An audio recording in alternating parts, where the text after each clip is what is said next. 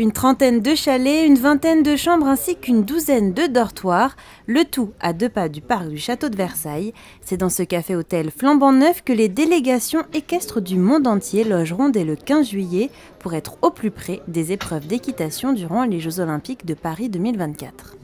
J'arrive pas même à croire qu'on ait pu faire un hôtel ici, pour tout vous dire. Voilà. Cet hôtel a été fait avec cet objectif de loger les grooms, les équipes équestres qui vont faire ces fabuleuses épreuves de l'autre côté du mur, là juste à côté. Il fallait qu'elles soient logées à proximité, donc on avait un objectif en dur.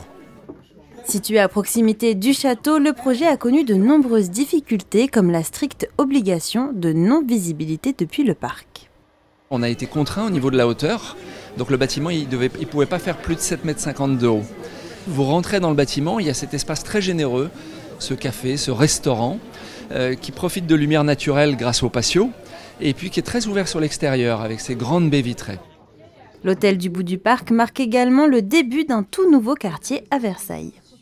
En fait, ce quartier, si vous voulez, c'est une somme de contraintes extrêmement importante, puisque vous êtes à proximité d'un monument majeur, un monument connu du monde entier, avec des protections environnementales et patrimoniales qui sont très très fortes.